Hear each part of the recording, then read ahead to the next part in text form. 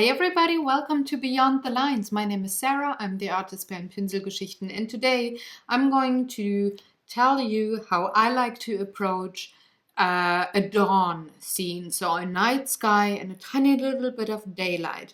For that I'm going to color in my Outlander coloring book, because there's this lovely scene of the dancers on Craig na Dun, and they do have the Good Morning Dawn dance going on. So I'm going to complete this piece here with neo colors and colored pencils, and I'm gonna talk to you about light and dark and the amounts of colors that I like to use in a particular piece to have it look harmonic, calm, and have a tiny little thing of a twist or a difference going on there. So enjoy and have fun. And there we are. So this is the page that I want to work with today. You saw that earlier, probably, hopefully nicely colored. Let me quickly read to you the text that it says for this particular painting, and then I can take away the stack, because working with water in this book lets the paper go loose, and then I can just take it out of the book for now and put it on cardstock or whatever later. But it says, "The dancers stood for a moment, frozen in the shadows to either side of the beam of light. Then Mrs. Graham said something in the same strange language, but this time in a speaking voice. She pivoted and walked back straight, iron gray waves glinting in the sun, along the path of light. Without a word, the dancers fell in step behind her. They passed one by one through the cleft of the main stone and disappeared in silence." So we are back at Craig na Dun, and I'm going to put away the stuff here now, just to make sure that I don't damage anything. So here's the page. What I decided for today, because this is a rather let's say ethereal, mystical, kind of scene. So it's quite fairy tale-ish. You can see the dancers here. They look like pagan, well, druids in this case, or you could also say they look like Greek goddesses or dancers or whatever. And there's a lot of stone and sky and something going on. A lot of nature, tiny people.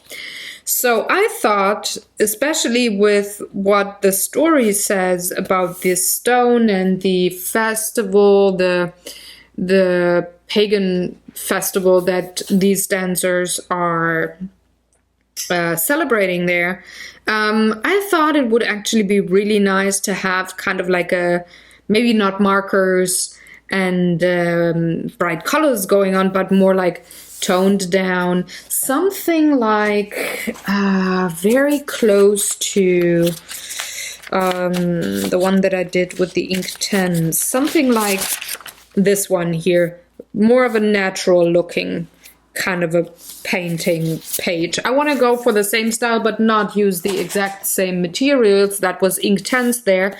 I'm going to work with the Caran d'Ache Neo Colors 2. They're water-soluble wax pastel crayon, and they do come in lovely colors, and I have the full set here that I'm currently putting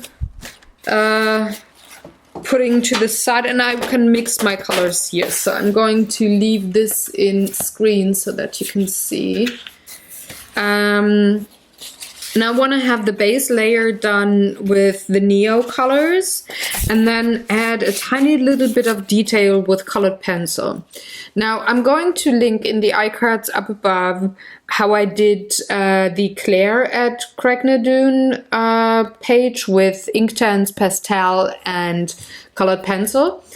And I just linked that for you to, in the end, see the difference, because I'm not going to use the same colored pencils, and I'm not going to use Inktense. I'm going to use the neo colors here, and in once that underpainting is dry, I'm going to use very cheap grocery store wax-based colored pencils on top.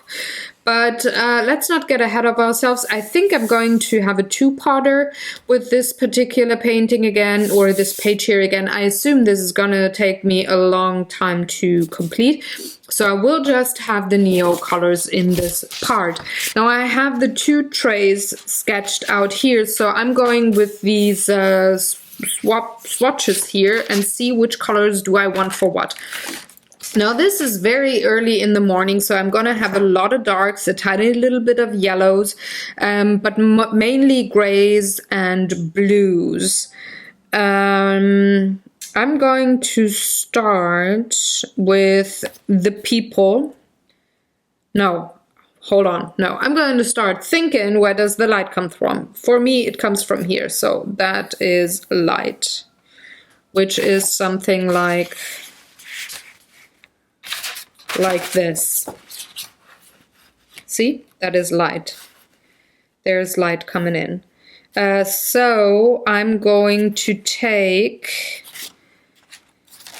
a light gray, a warm gray, so it all has kind of like a yellowish tint, and I maybe should go in with the yellow and just all gonna color it yellow, and then yeah, I'm gonna all give it a yellow tint, a warm one, a golden yellow.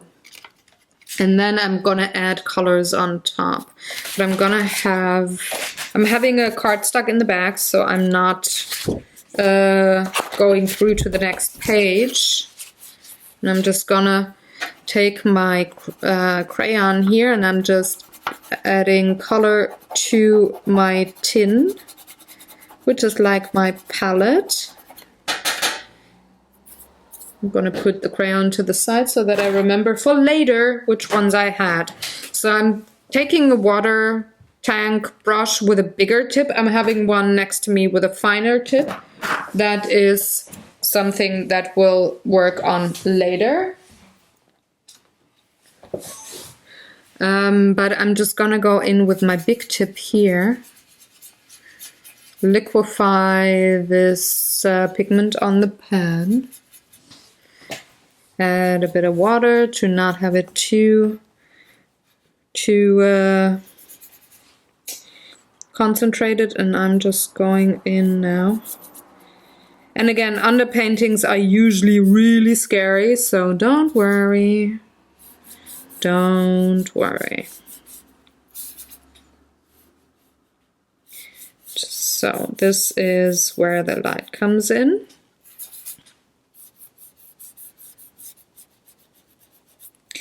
There's a bit of light here, of course. And then that one blocks the light, but here in between she gets a bit, and I should keep in the correct line. She gets a bit of yellow, and it's also gonna be yellow here. Yeah, all in between, yellow. Again, I'm gonna have other colors on top, but this all has a yellow tint from the light. All the rest will be very, very dark. So I'm just, with a little bit of water, just dumping some pigment here. I'm gonna have all of the materials, all the particular numbers that I'm using for coloring this page. I'm all gonna have it on my blog in case you want to have the exact same color combination going on for a project that you are working at. So, something like this. Now, just gonna let it sit and choose the dark colors. So all the lights, all the darks, and I'm starting with gray for the stones. So for the dark gray, I'm going to take dark gray. I'm not going super dark because I can always put colored pencil on top. So I need a dark gray. And it is grayish black, so that is dark gray. Yeah, that's dark gray, and then I need a lighter one, and for that I want a Payne's gray. I want more of a bluish tint to it as well. Yeah, that's the Payne's gray. So I'm just going bit by bit by bit by bit, choosing the color, and then looking for what I want to do with it. So I'm gonna start with the lighter tones, which is the Payne's gray. Again, scribble, scribble, scribble. Put it down. Do I need the smaller brush? Not really, not yet. So I'm just gonna liquefy it. And you might think, how do you know which colors to take, or how do you decide what colors fit well together? And that is really, for one, it is training and trying and trying and trying, and maybe noting down what your favorite color combinations are when you try things. But for me also, it is just the first question is, do I want something similar or something fitting so it's just harmonic? Or do I want something that is a contrast, setting apart? So I decide like that how I want my colors to go. So would I want to have something fitting here? Have the yellow down first, so I'm not taking the super cool grays. Would maybe go more for a warm gray, just to keep the warmth of the piece here. But actually I want to have the other thing going on. So I want contrast, because the light and the dark, this is the biggest contrast that I want to play with in this particular piece here. So I want to have the light be really set apart from all of the darkness. So I took the cooler grays here. And then it's just a question, well, which one do you prefer? And I really like Payne's gray as a coolish gray. So that's why I took it. And I didn't take black. I wanted just a dark gray, and I could have gone also with the grayish black, but that's too dark because I want to put colored pencils on top. So, see, all the stones. Okay, there's more stony things going on. There's also a stone. There's one. Oh, that one is in shadow. So I will actually have it super dark. There's a stone. All right, so now I'm going to go in with the dark gray.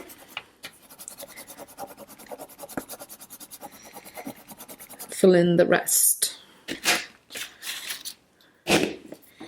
And I'm actually going to pull in the dark gray here into the Payne's gray, so can use that pigment up. So now I go for the right hand sides, the darker ones.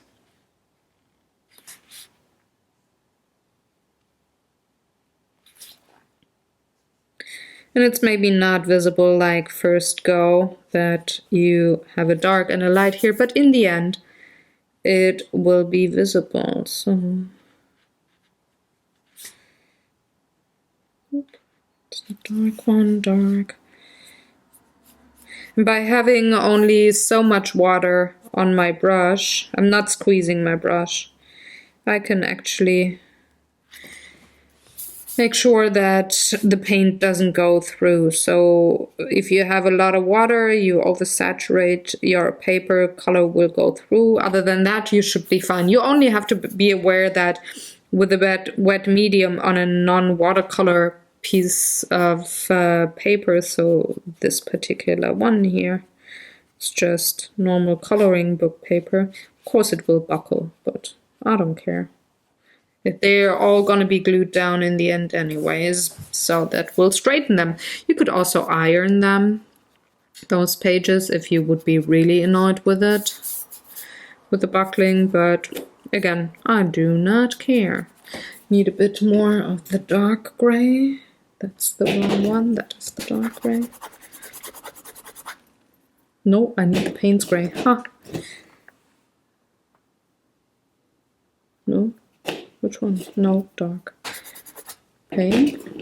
Whatever it is, I need a combo of both. I need the darks. There we go. Yeah. Need to darken things here on this big stone. So I'm actually gonna have quite a bit of black pencil to add to this one in the end to make this really, really dark. And I want this one to be really, really dark because it is the center of this painting here. So I have to make sure that this one has the rather heavy contrasts there. I don't care about the grass blades here downstairs on this on this stone. That's what I'm gonna take care of with the colored pencils. And this neo color here gives the paper quite a bit of tooth, so can actually have colored pencils on top, and they have something to grip, to grasp, so they're really gonna work well. So some more.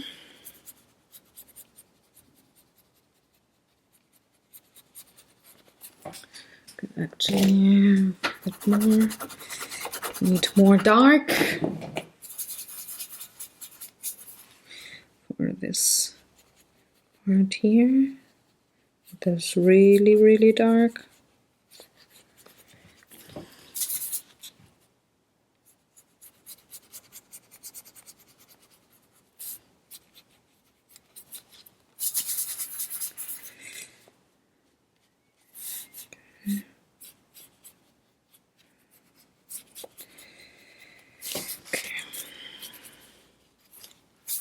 And you see I'm not really particular with the way I handle my brush here. I really just want a painterly looking underpainting. So this very dark stone. That one too, because it is in the shadow of this big one here. There's going to be almost only black in the end. A bit dark here. Now I have to fill in that part here.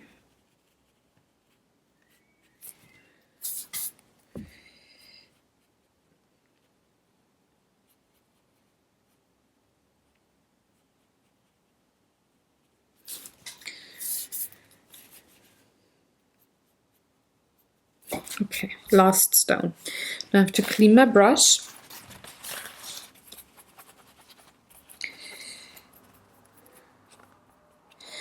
And now I want, sorry. I love my neighbors. At least they listen to nice music. Now I want to turn my book because I want to take care of the sky now. And now I'm going to use black,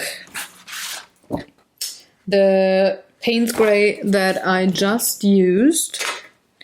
And I'm going to use a few blues. So the one of them being indigo, night blue, and Prussian blue. These three tones.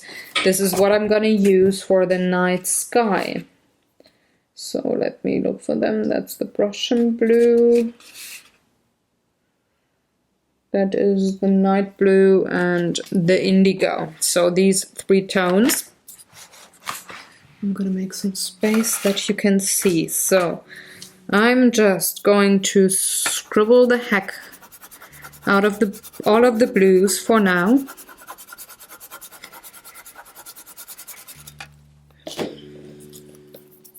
And the gray.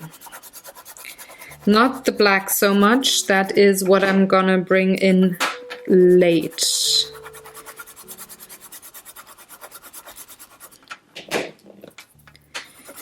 So there's the Payne's gray. Okay, now, again, be brave. I want to have the trees pretty black in the end. So I'm going to start with the blues in the background, and I'm just gonna mix and match and everything. I'm not gonna be super particular here, but what I'm gonna be particular with is actually the way I apply it, and that is this dabbing way. I'm not gonna have lines that I'm going to draw like I did with the yellow. Not gonna do that because I want this to be a very smooth background pretty much from the get-go. Don't want to go in with 500 million layers here to accomplish the night sky.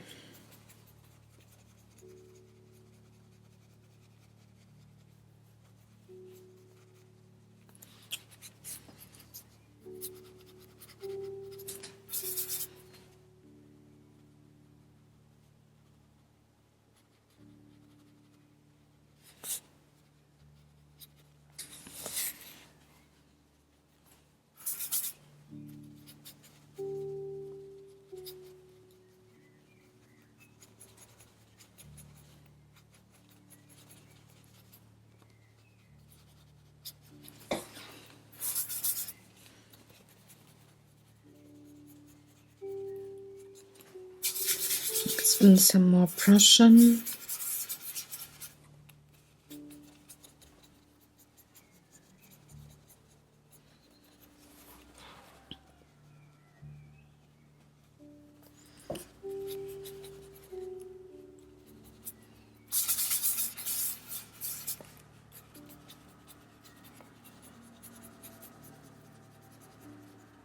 And this particular technique or way of painting a background here really works well with a big brush. If you only have a tiny brush, this is really a hideous kind of work, and you don't get these clunky bits of color that you lay down, but you get more of a line work or a stippling effect going on, which I'm again not going for here.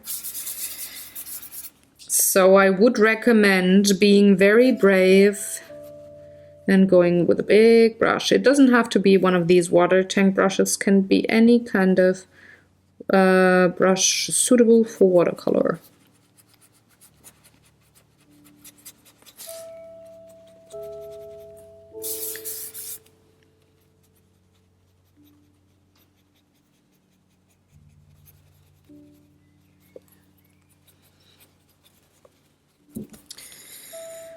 Right.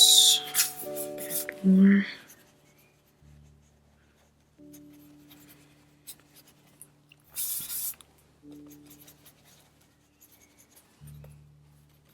Need a bit more indigo, which is with the neo colors, it's almost a very dark aubergine purple. In other sets, the name indigo indicates more of a very dark, warm blue. But I don't mind, whatever the name is, I really like this tone here for a night sky, so I'm gonna go with it. And in other sets, especially with the polychromos, indigo is my favorite shading color. So let's go ahead.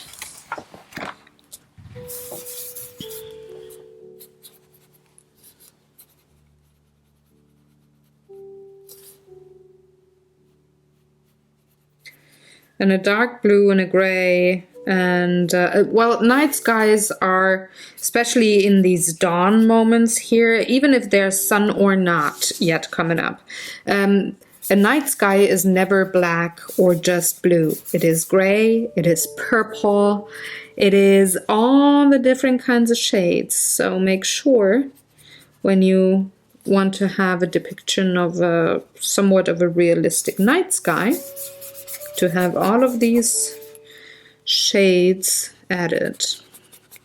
So now I have to be a bit careful here, because There is the girl. To go around her. I don't want her to be blue. I'm going to have a dark skin tone for her.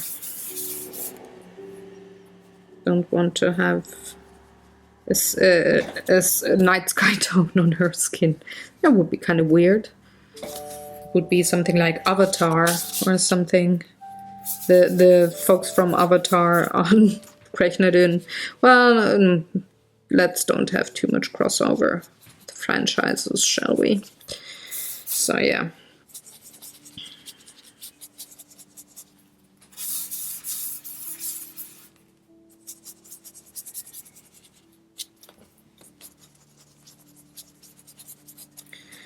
Gonna have to add a bit more pigment in a minute. But trying to get as much pigment from the palette as possible.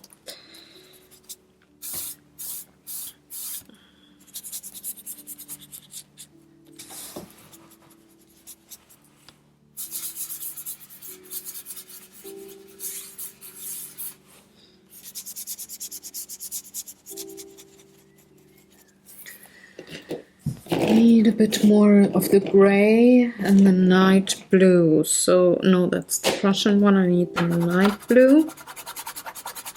And I need the Payne's gray.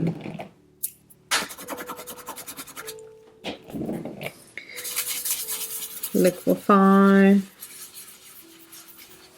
Let's go with it.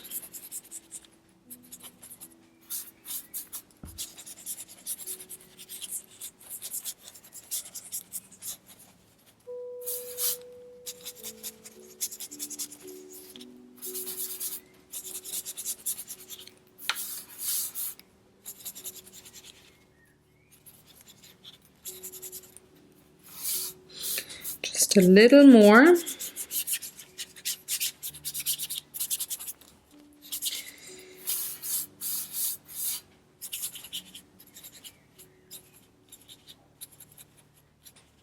All right, let's turn this.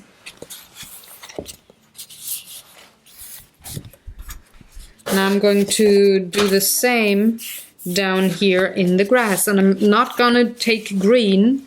Gonna take all the blues and the grays and the indigos and everything. So I'm gonna have a bit here.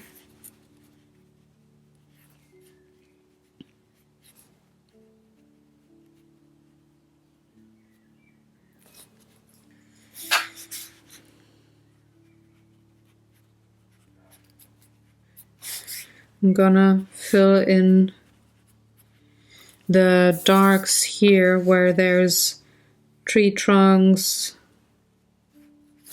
and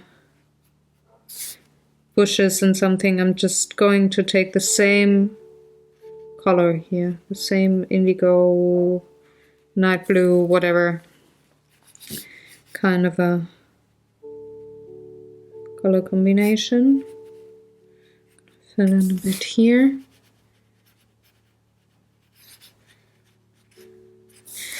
I'm doing the rest with the colored pencils. Don't have to bother. So I can go here.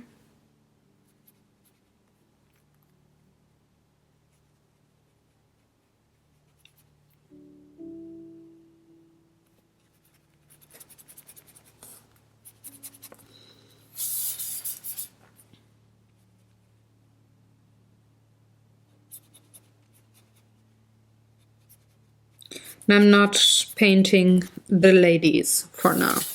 Really try not to have the nighttime color onto them.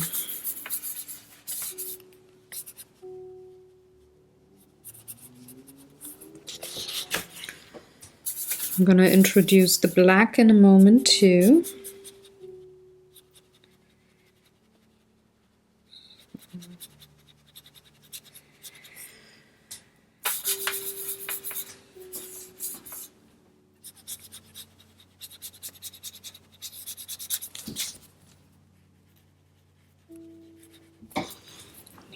More of the indigo and all of the blues. And of course the Payne's Gray.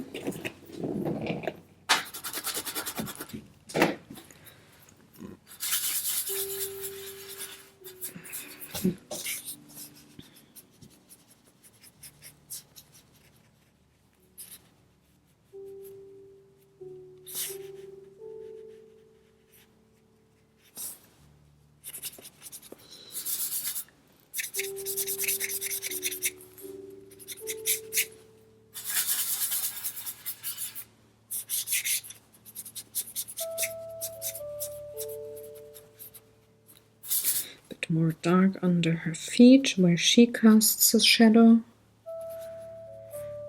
She does cast a shadow too. She does.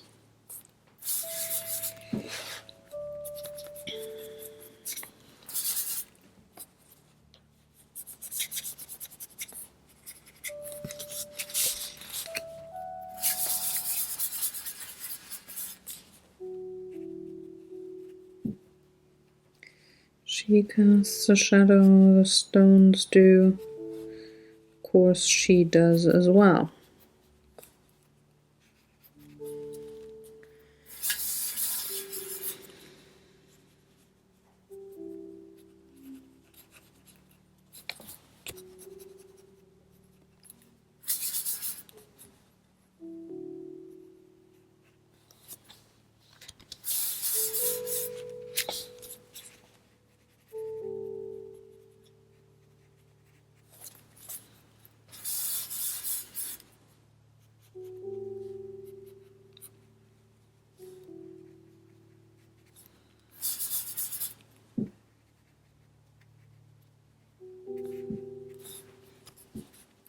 So there's a tree trunk here. And there's a big tree trunk here, so of course I'm gonna have a bit darker there. So now I'm going to introduce the black.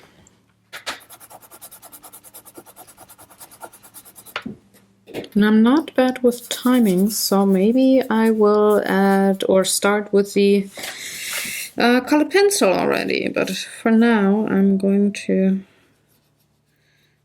add some super darks here to the stones.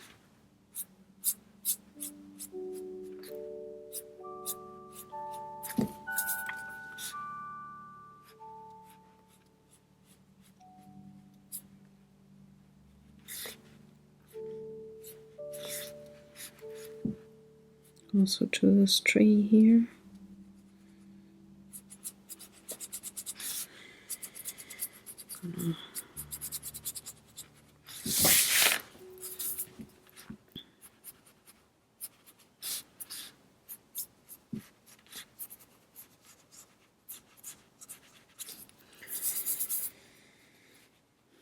So to those trees here, bit of black. Don't have to be in the lines too much. This is actually a really cool thing if you want to make progress fast. Have an underpainting and you want to have kind of like a watercolory look. You're good to go with these kind of things. So way more black.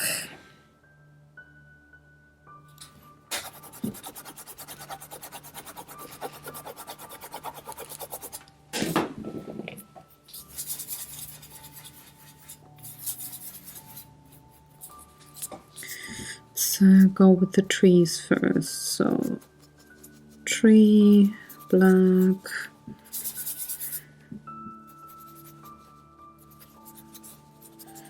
Just going over the whole tree area here. Not with a solid black, but well, not very subtle either. And that helps just to have a bit of dimension, shape, stuff going on. Not have it looks too flat. And I can always do more detail with the colored pencils if I so desire. But for now, I just want to have a bit more of a dark here.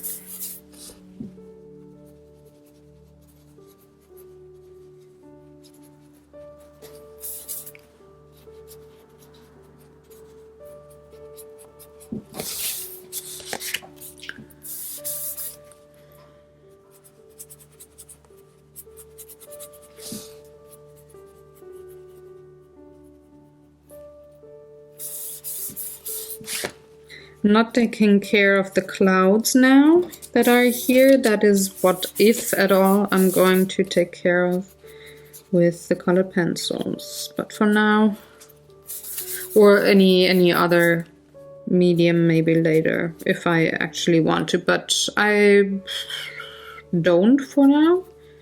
So I'm not gonna take care of it right now. You don't have to have everything planned from the get-go.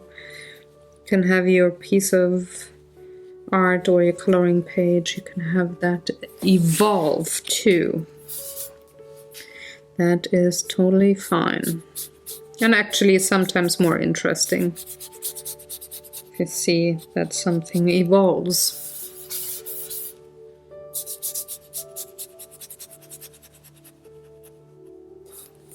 So. It's a bit more dark here in the trees. Could actually have more black on here. Let's scribble out a bit more black.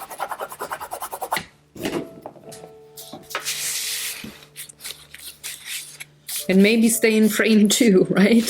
Sorry, folks. So a bit darker, because the light is coming from the other side. So this one here has to be darker.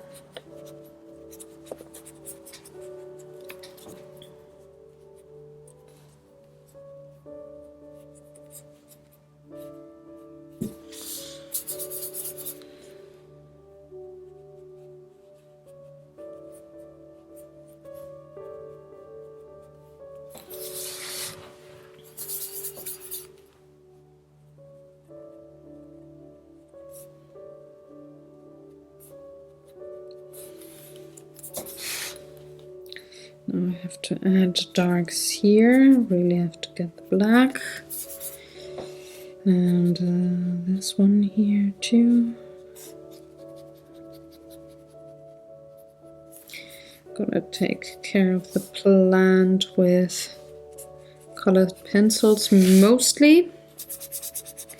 But we can add some more black here. Just to already have the dark there. She casts a shadow. I can darken up. She casts the shadow. So does she.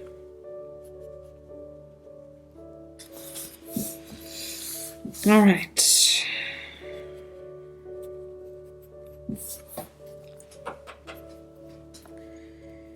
Need maybe a bit more dark here. Ones on top here, those plants, I'm only going to take care with the colored pencils. I'm not going to bother for this one here, but here could be a bit more dark, just to use up the rest of the black.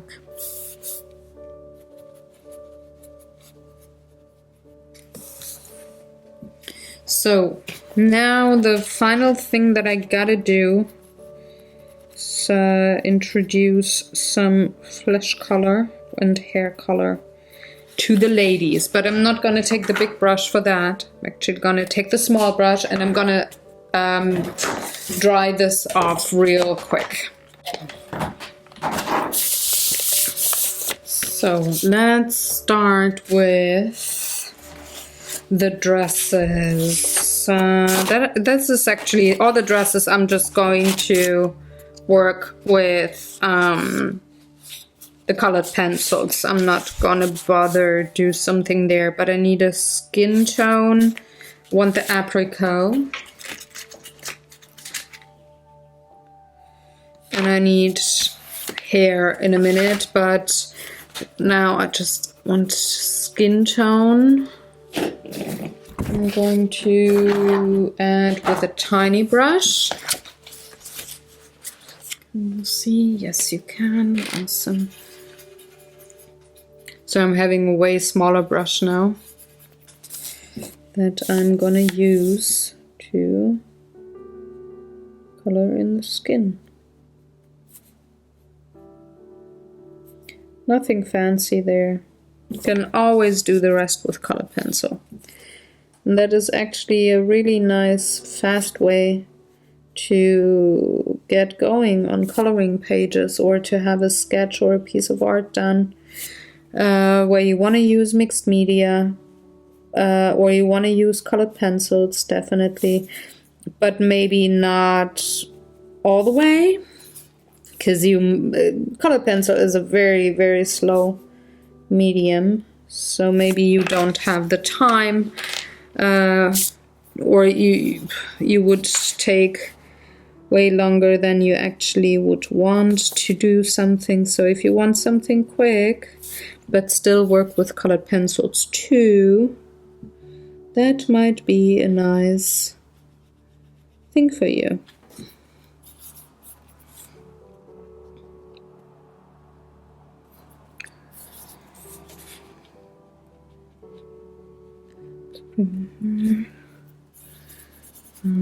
Last but not least, okay.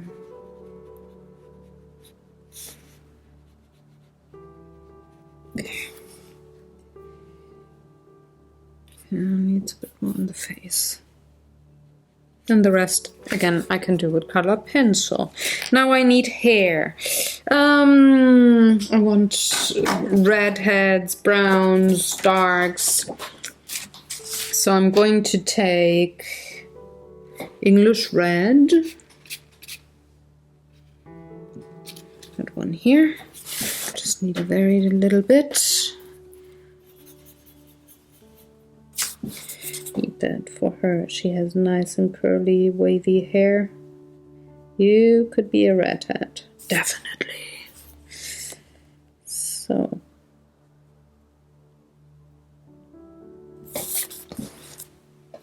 And again, I don't want to go too dark because I need enough to have colored pencil on top.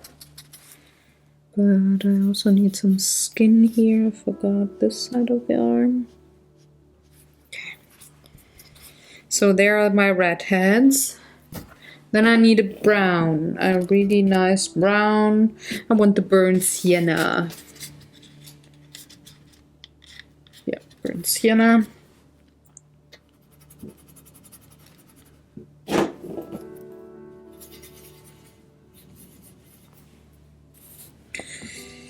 I want her to be burnt sienna.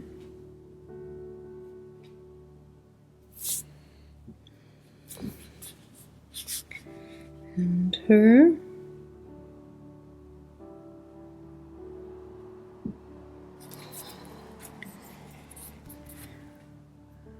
Need to go back with the English red, because that's a kind of pale now.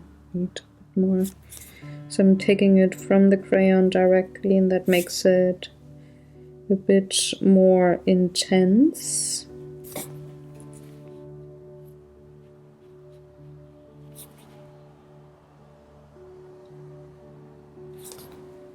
And for the last one, I want one of my favorite tones, and that is saffron. It's like she would be a real ginger. It's like a pumpkin color. So let's take that.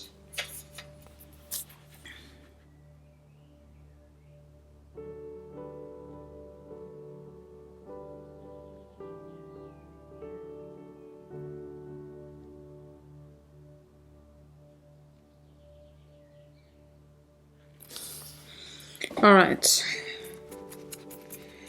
That's that. I'm going to dry this off now. Gonna put away the neo colors, and then I can start with the colored pencils, and I got a bit more time.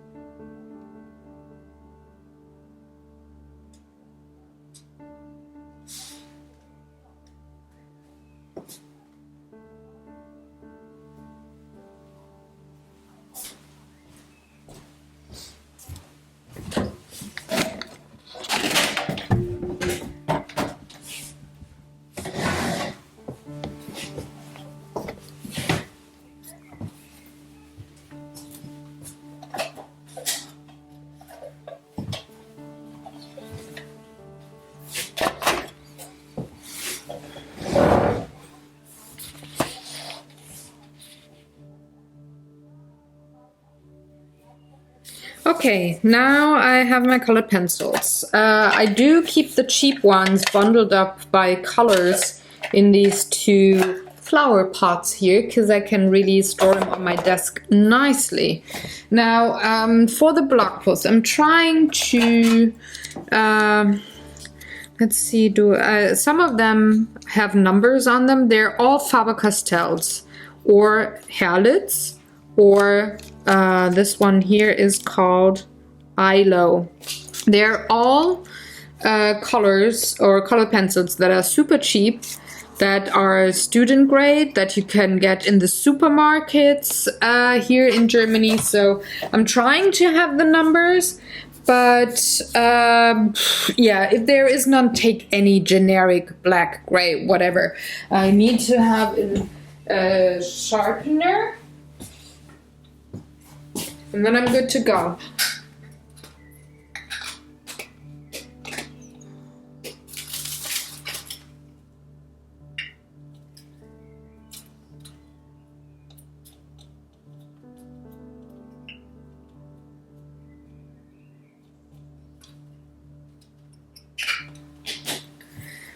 So what I want to do here now is just intensify colors. I will again mainly work with black, with gray, blue for the sky. I'm actually going to take my gray, my black, and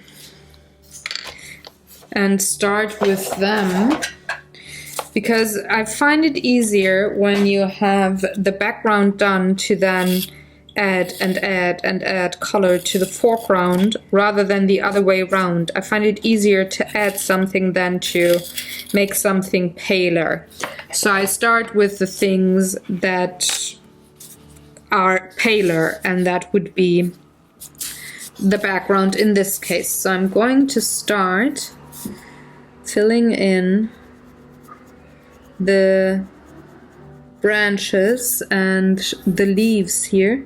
Sorry, by the way, if the background noise is kind of hideous and I cannot edit it out really, but it's one of those warm days here, so I have to have my window open while filming, and well, I do have other people living in my area and they seem to be moving when I want to film and have a quiet background. But oh well, I mean, I don't live in a vacuum, I live in the real world.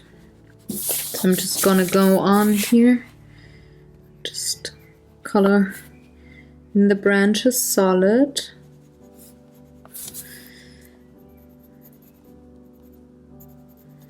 Not necessarily solidly coloring the leaves, because well, light hits them, so maybe there's a kind of reflection or something going on. But the branches, I go for a solid black there.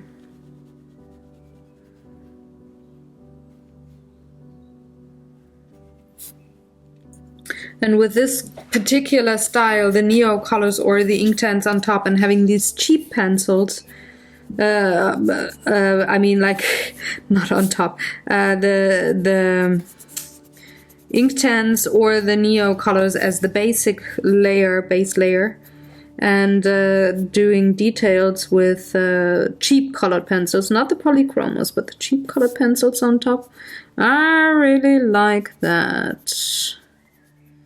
It's one of my favorite ways to color in coloring books or have quick sketches going on. And it's one of my go-to techniques for coloring books, actually. Especially when I have huge scenes, like in the Kirby Roseanne's books, or any double spread in the Mouse Guard or whatever. Or the Magical City, which I'm gonna have a page done of after this page is completed. Or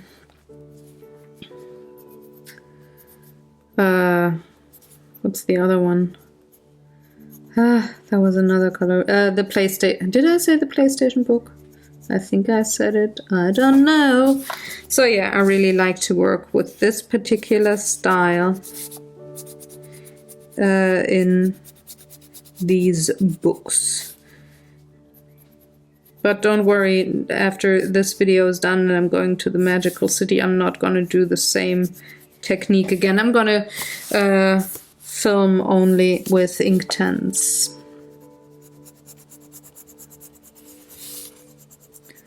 I'm going strong black here. So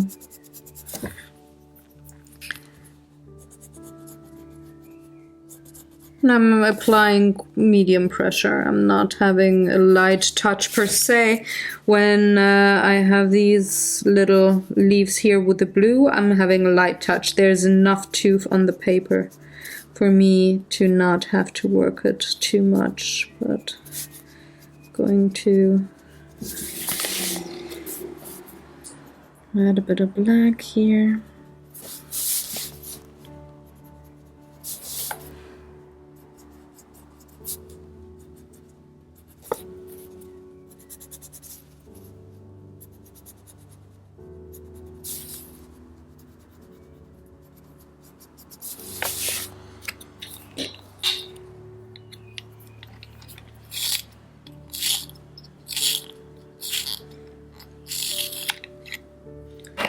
Sharpen a bit more.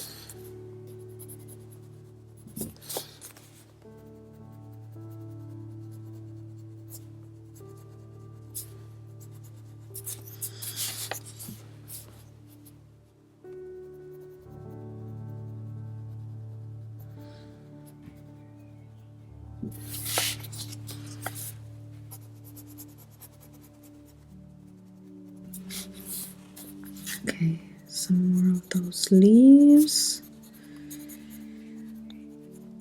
You don't have to rush when you're coloring or painting, but I am kind of here because for the sake of video, I want you to see progress rather quickly and not be bored. If you still find something too repetitive, you can always skip ahead. I don't mind. Just quickly going around the trees here. I'm using the ink lines that came with this particular page. I'm just using them to scribble in some more black. Going solid for the branch.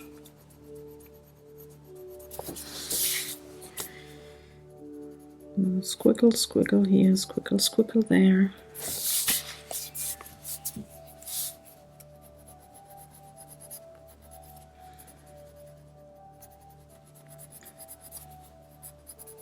Squiggle, squiggle, by the way, also makes for very quick shading.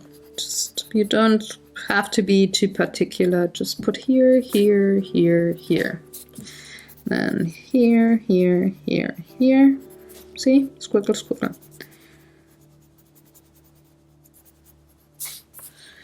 It also, I find that if you keep a loose wrist and you really go with these quick squiggle squiggle lines to color something and not be particular and slow and everything, I sometimes find that I get braver and loosen up and get way more of an artsy style, especially with a watercolor painting underneath or an Inktense painting underneath.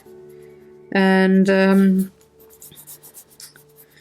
I don't agonize over where to put color and where not. So Maybe if you're one of those people that maybe is a bit unsure with where to put what color and stuff, maybe go with 2 or 3 colors only.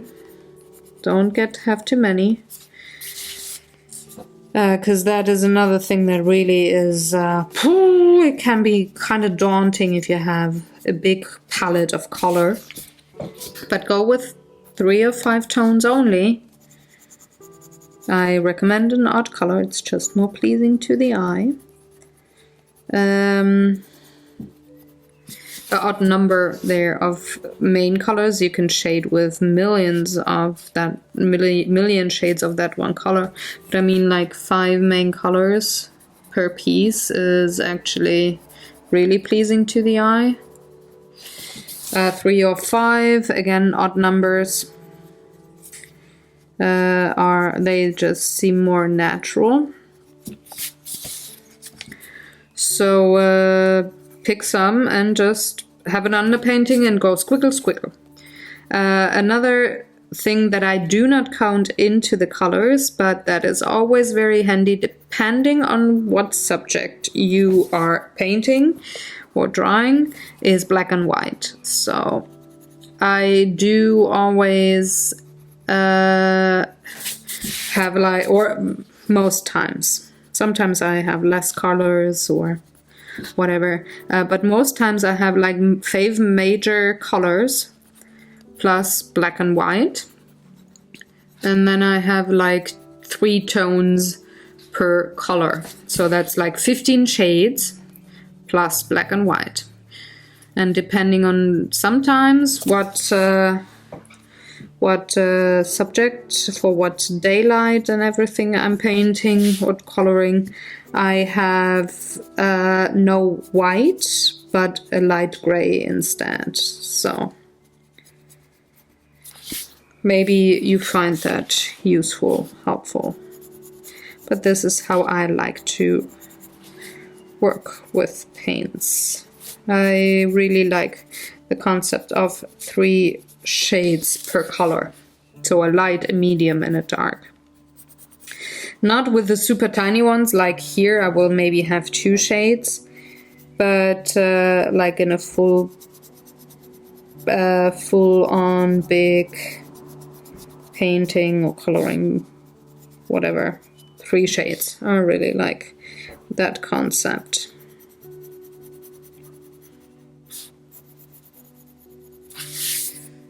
At least for the main colors. You could always have a tiny little bloop of purple in there, or pink as a set aside color. But I mean, like the main colors, it's like 5. Usually I actually stay with 5 main colors and contrasting colors all counted together.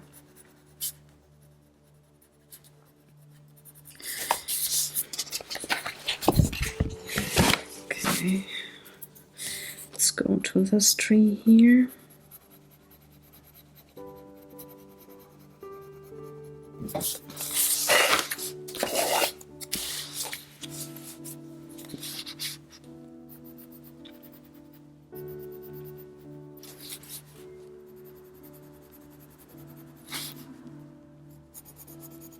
There's also another thing that I find very helpful, depending on what you want to color, how heavy you want to have the contrast.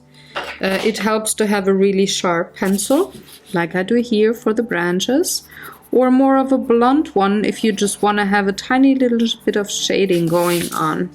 So I don't always keep my pencils super sharp.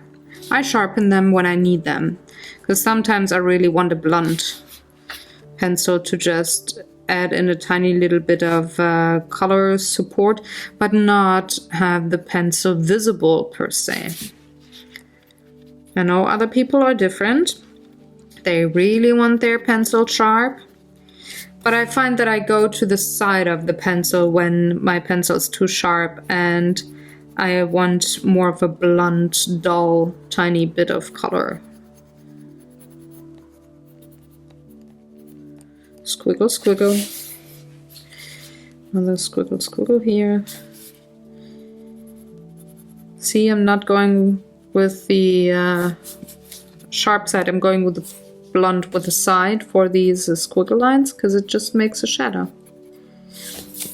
So I'm putting pressure on this part of the pencil, not on this part.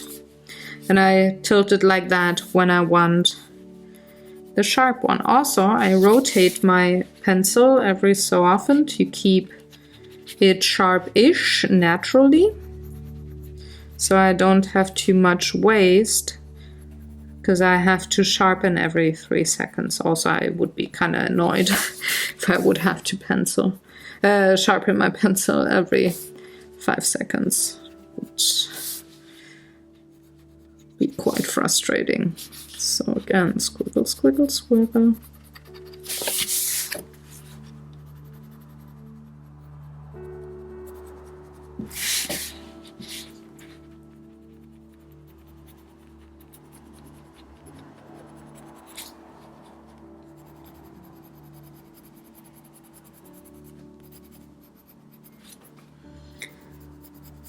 Maybe tiny little bits here. See, I move my pencil differently. I have it way more in the steep angle.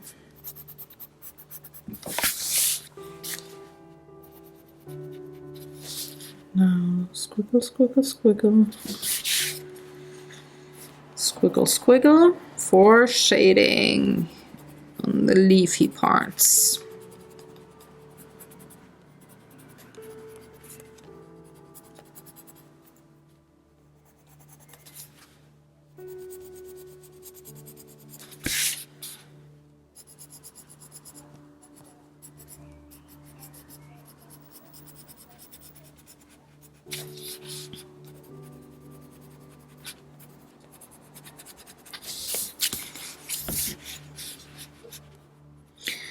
And if you're unsure where to shade and you work in a color book, use the lines or the markings that the illustrators, the artists, maybe left for you there.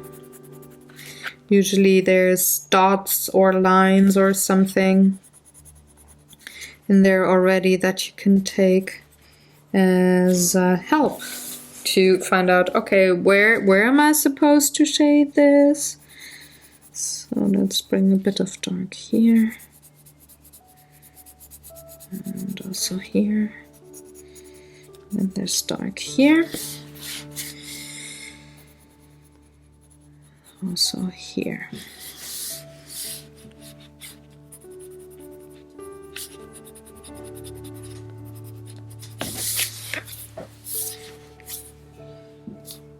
And you can see a difference, and I've been pretty much... This is an hour in. This is rather quick, don't you think?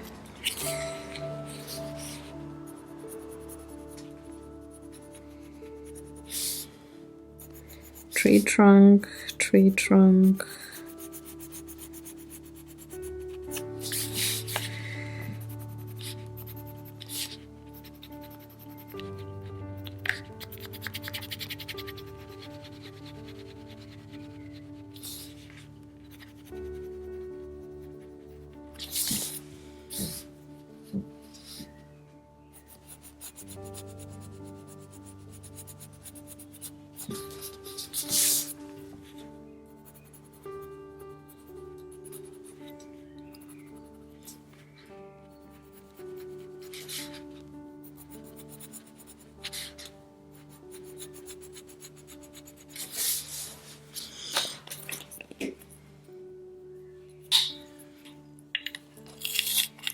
Sharpen once more.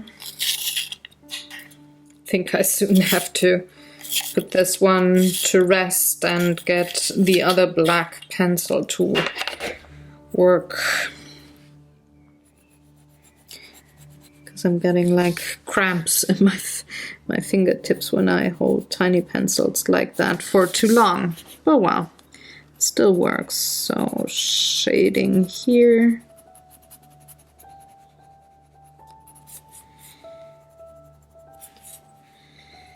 More shading here.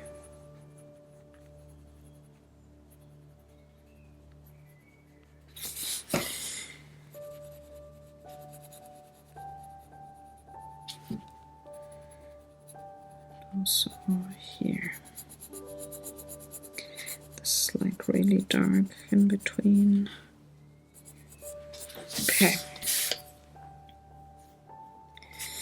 Could actually go on and shade the bushes here too already, and the ground.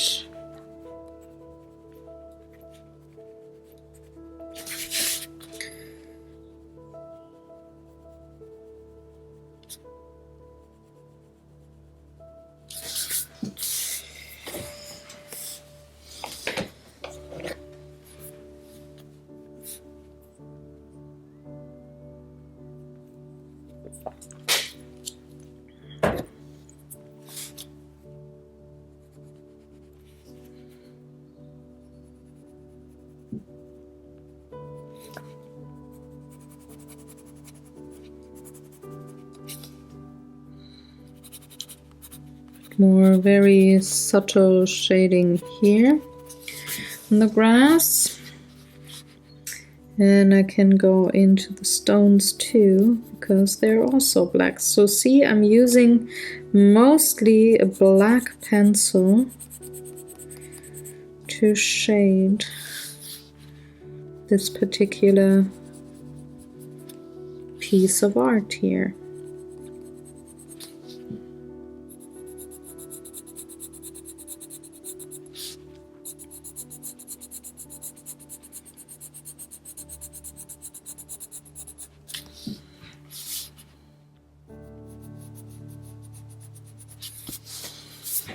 Need a white paper though, because I don't want to smudge the pencil with my fingers. So I'm going to get a piece of paper.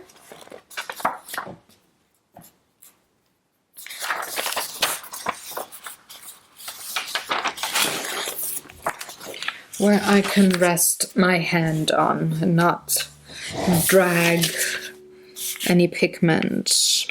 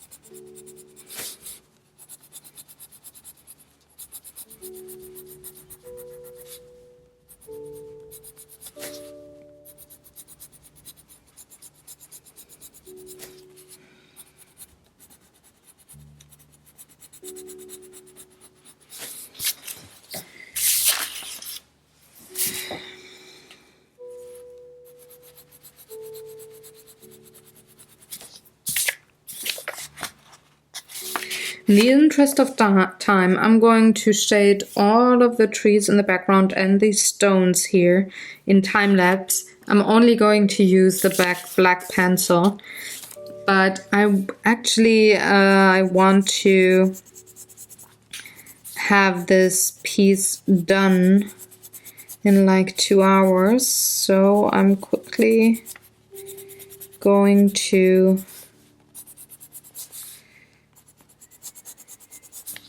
do that.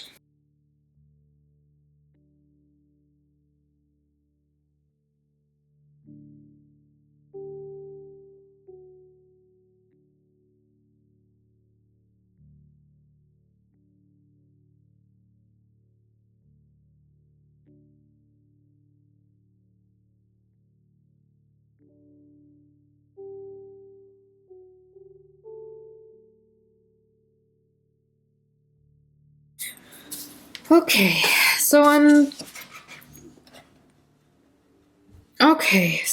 I'm done so far with the background. I wouldn't add anything else, but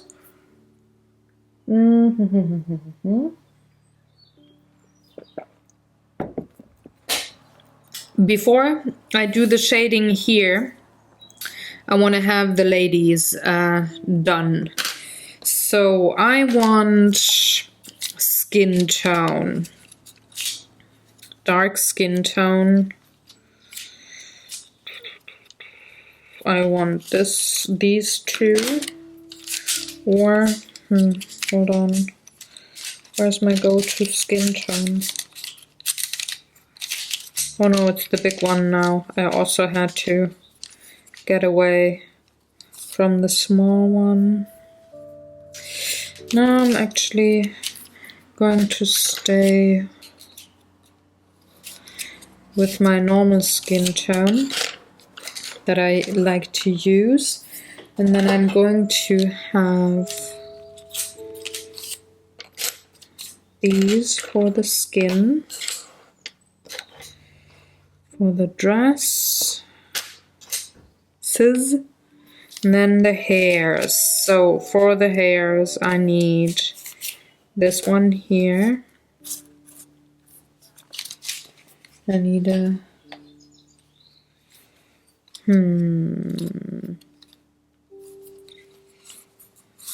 actually, now let's take this brown for the hairs.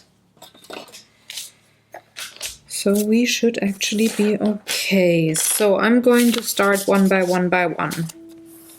Her first.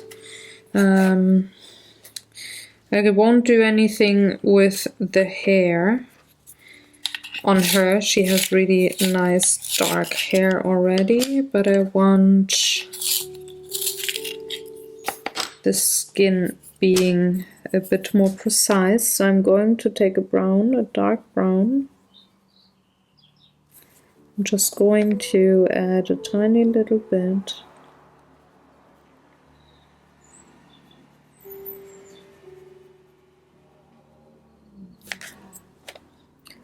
On the darker side, just a touch.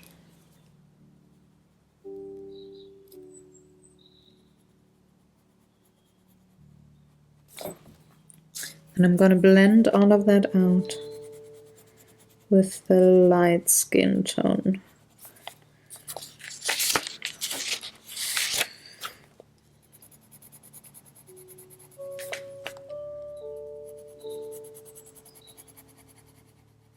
Okay. Now the dress. Let's go with the darks, the gray.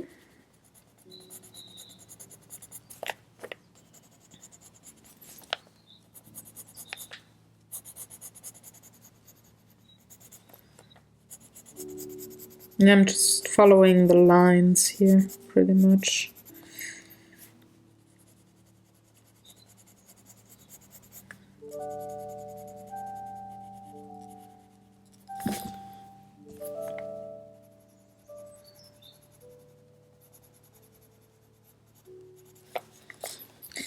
And then I'm going to blend this out with the beige color here.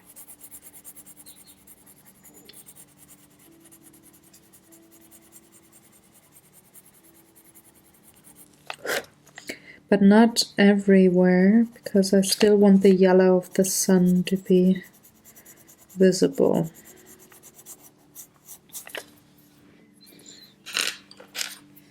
I need black. I need to sharpen that.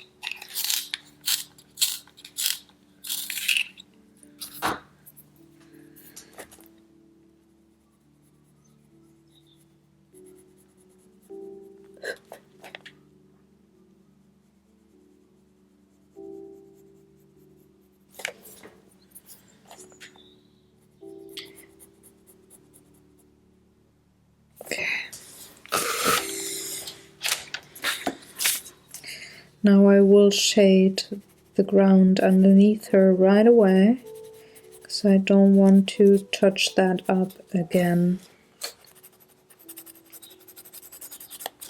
So she casts a shadow to the right.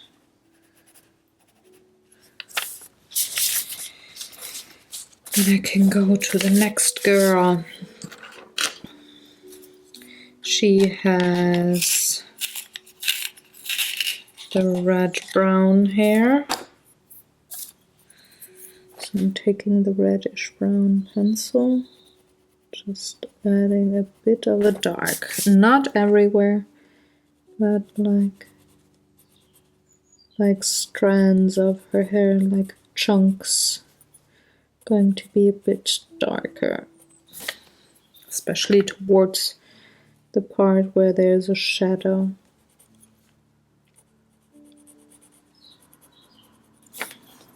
Something like this. Now again, going with the skin. She's in shadow. Going for the super darks, because she has the face turned away, so there is the super dark.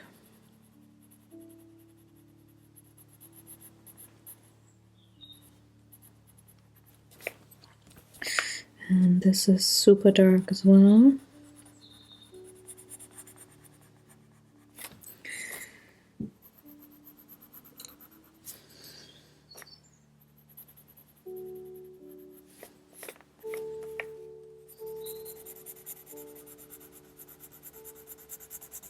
I think those dresses are partially see-through, so I can actually introduce a bit of a lighter tone here.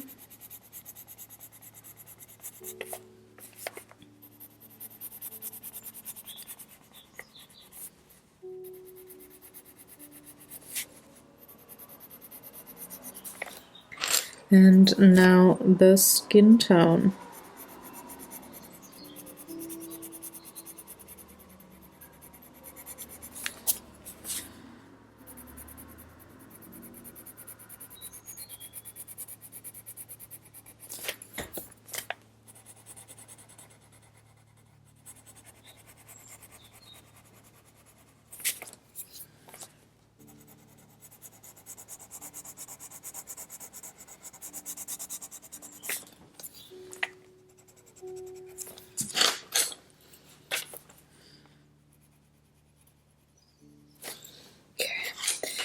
And again, dress the darks, the folds here.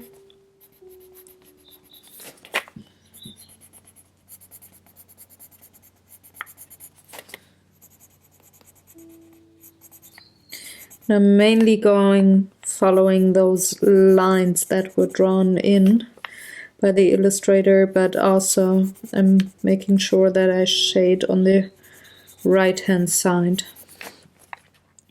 of the girls.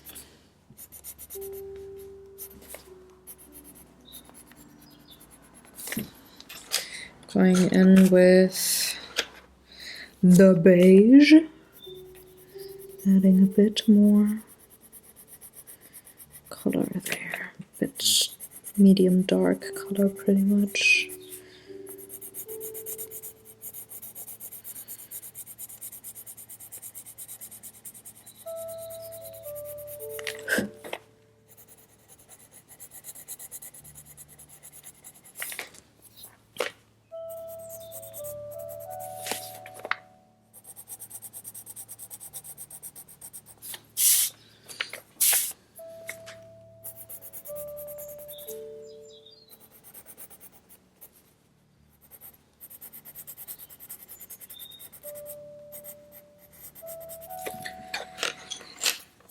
Now, tiny little bit of black just to enhance contrast between the foreground and the background.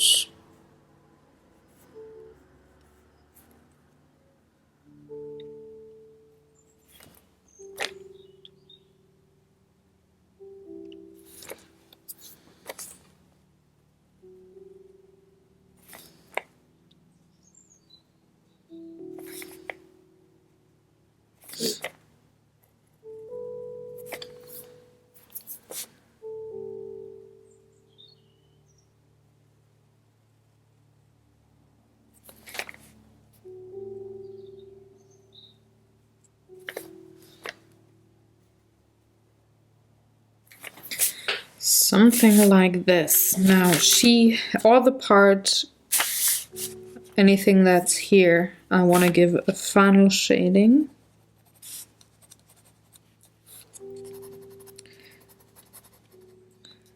Because then this part actually, I think, would be done.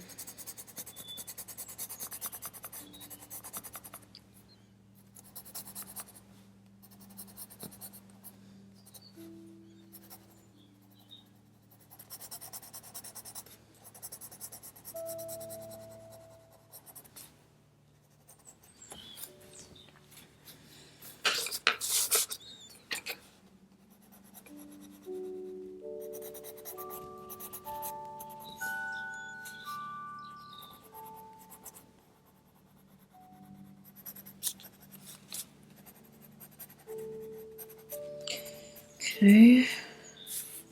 Oh, there's a plant, so I can draw that in. That's a solid black because it's in the shadow of the big stone.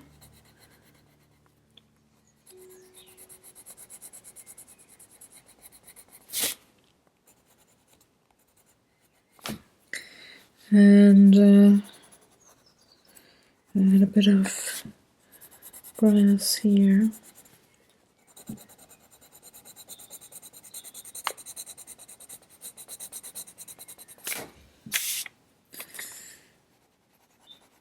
So here, and I really just go with the lines that the illustrator put in.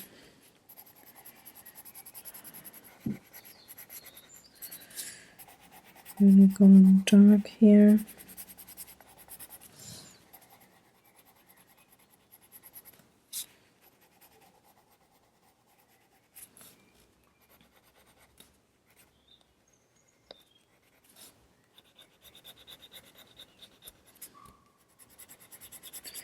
So shading that stone. Again, super dark. Okay. Oh, there's grass blades here. Just gonna enhance them.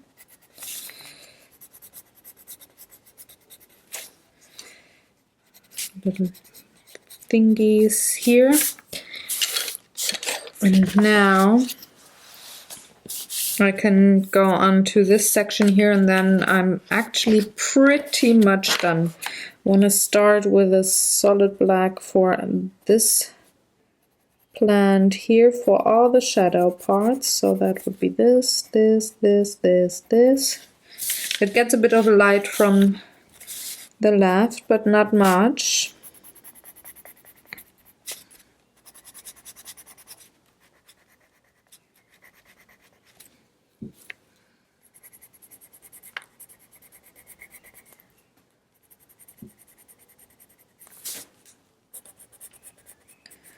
Branch here, branch there. Boop. It helps to make boop noises or talk to yourself while you color, maybe. Okay, like that, like that. There you go. I need a bit darker here.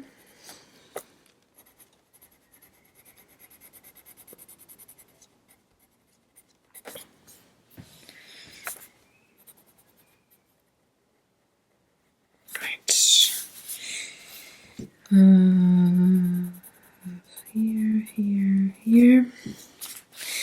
I want to start with her now, and then I can, or make all the ladies and then go in with a final bit of black. Quickly need to have another sip of tea. So she has quite the red hair, which is pretty. And I'm going to have hers done with the same red brown that I had here. But I'm gonna be a bit more gentle with application.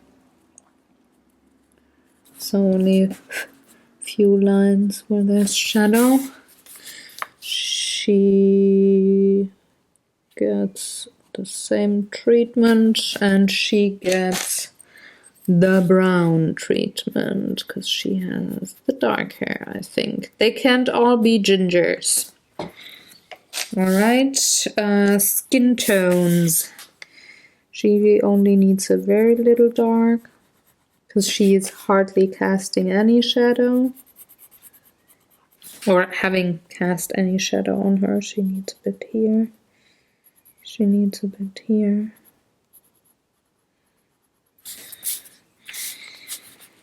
She needs a tiny bit, not much.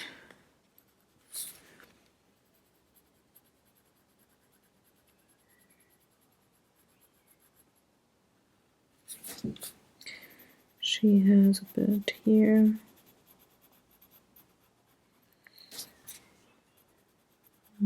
Feet.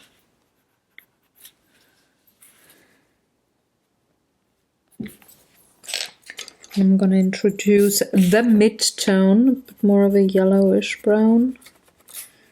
She needs quite a bit here for the things cast in shadow.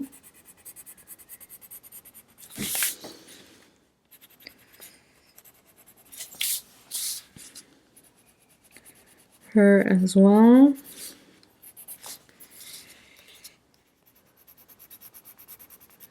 Here as well.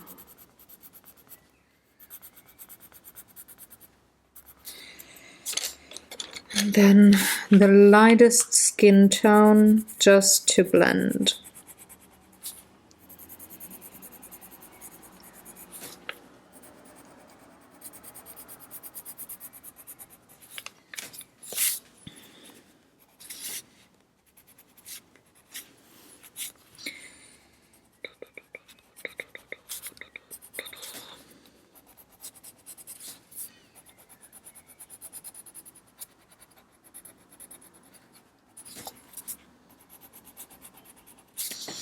Right, now again, dresses. I'm gonna start with the gray again. I'm gonna go with the lines that were already made.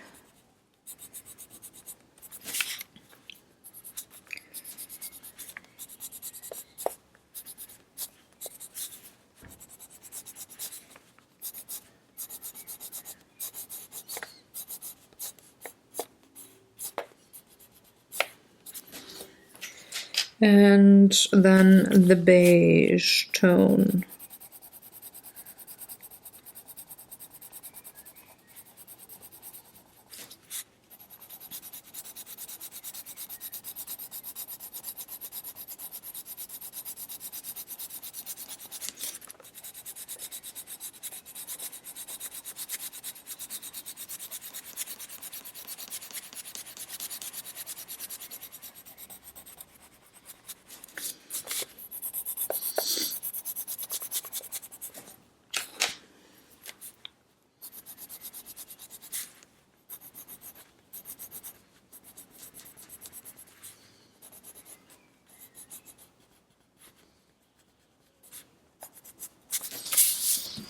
And next one's up here.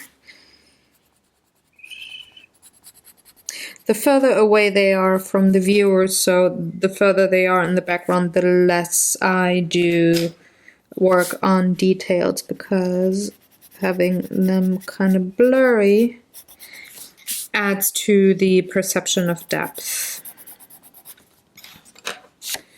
And the last one is here.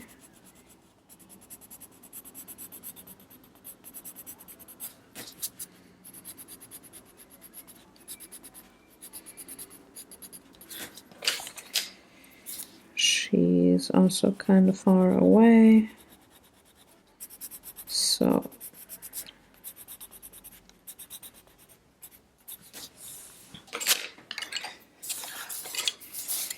now go in with the black again.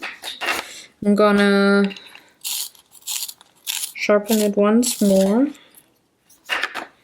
because I want to have details on those ladies done first.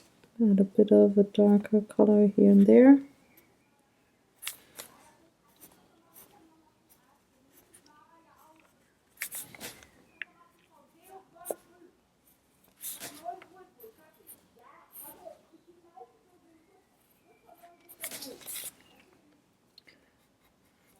I wonder why people have to talk to each other in the screaming way on the street. I don't have to hear what people plan to do. I hope the mic didn't pick it up.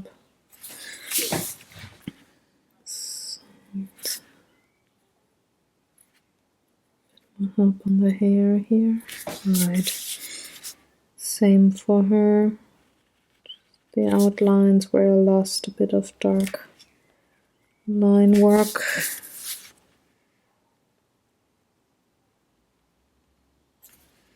And same goes for her.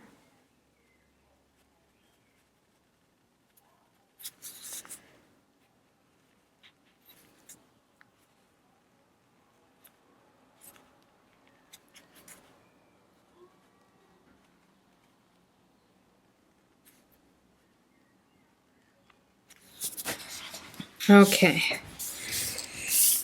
Final bit of black. So the leaves here, definitely black, black, black. But they're hit by light a tiny little bit, not the branches.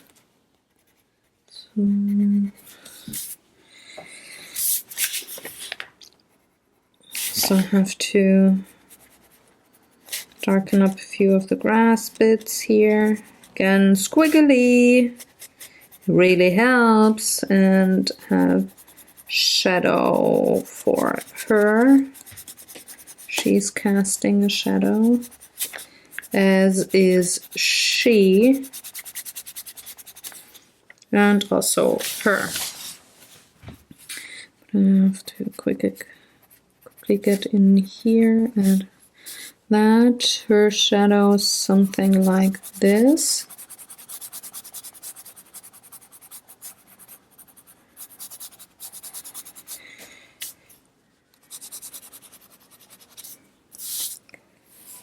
So let's get back to that stone here and the grass, squiggly lines.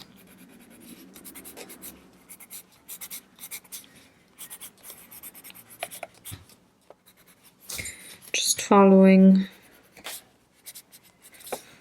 what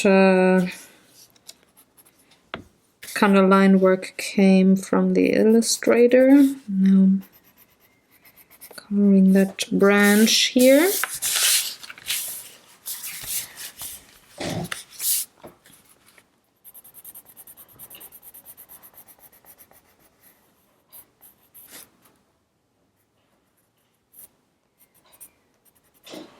Sorry, that's my husband printing. Sorry for the background noise.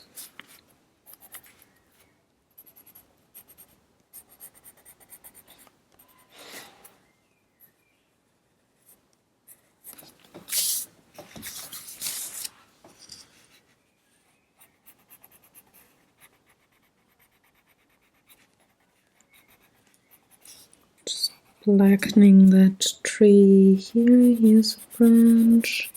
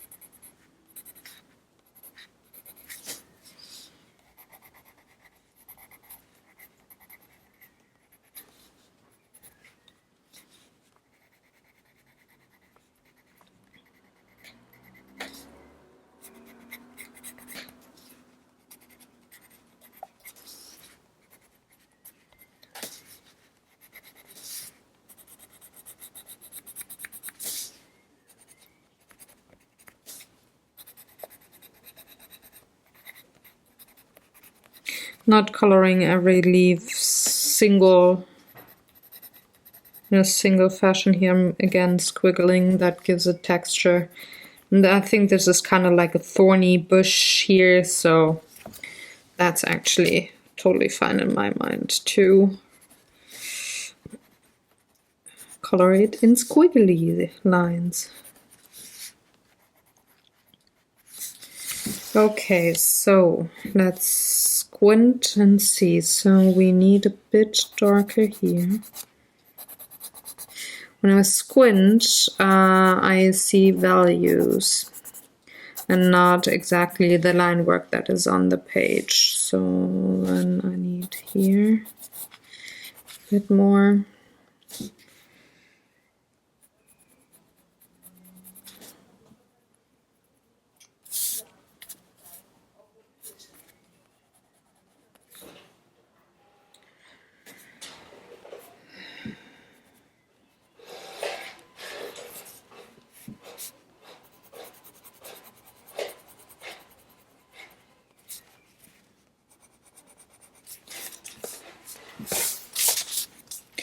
Let's darken up things here.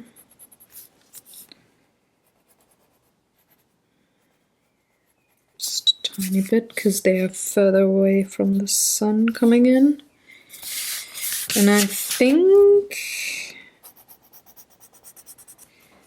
that's that incorporates this one here. Just cleaning up that line, that's fine. Let me look without the glare. Yeah, what I want to do now is take a very thin black marker and add a tiny bit of the facial features back.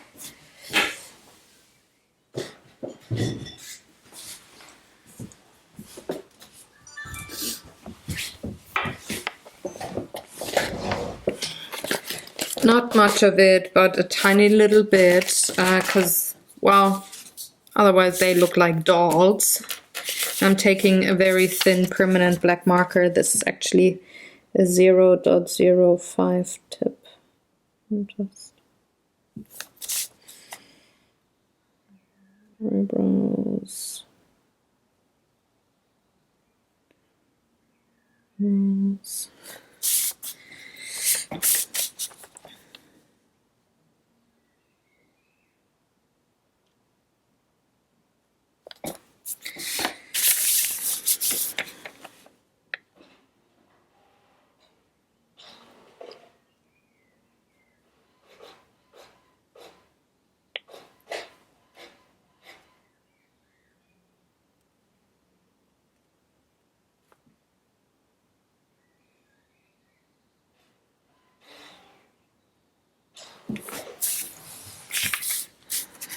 She does not really need anything. It's a little dab. And she goes something like here.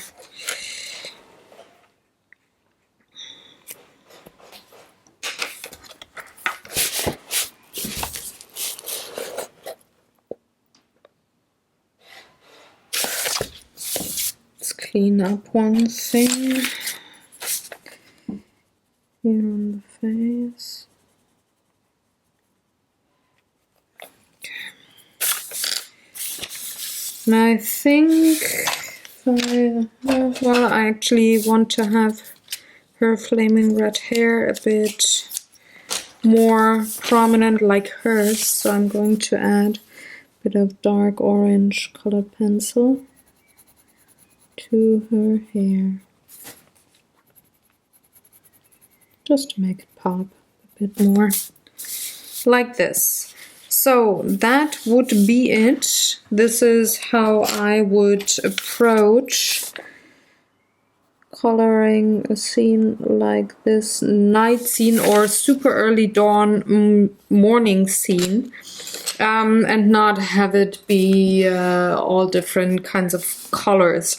So this is mainly blues, purples, blacks, a little bit of yellow, and the contrasting color here would be, or the oomph colors would be the orange and the red. So the purplish blue here is the contrary color on the color wheel to the yellows, so that they make each other pop. With the black on top and the gray, they actually tone each other down. And since I do have beige and white here in those dresses and in the skin tone, that's not popping either. The popping things are the hair here, and I have a very, very tiny little bit of those red and oranges here. So I hope you enjoyed watching along. I'm very happy that I could do this in one part. Next week I'm going to work in the Magical City by Lizzie Marie Collin. I haven't decided what page to take yet. I'm going to choose that. You will find close-up photos and the information of all the Neo colors and the colored pencils that I used today on my blog, so hop on over in case you're interested. I will see you next Thursday with a new video on this Beyond the Line coloring with Derwent Inktense then, and I hope you enjoyed. Have fun. Take care. Have a wonderful day. Leave a comment or a question if you have any in the comment section below. And give this video a thumbs up if you liked it. Have a wonderful day. I appreciate you being here. See you next time. Bye bye, folks. Have a lovely day.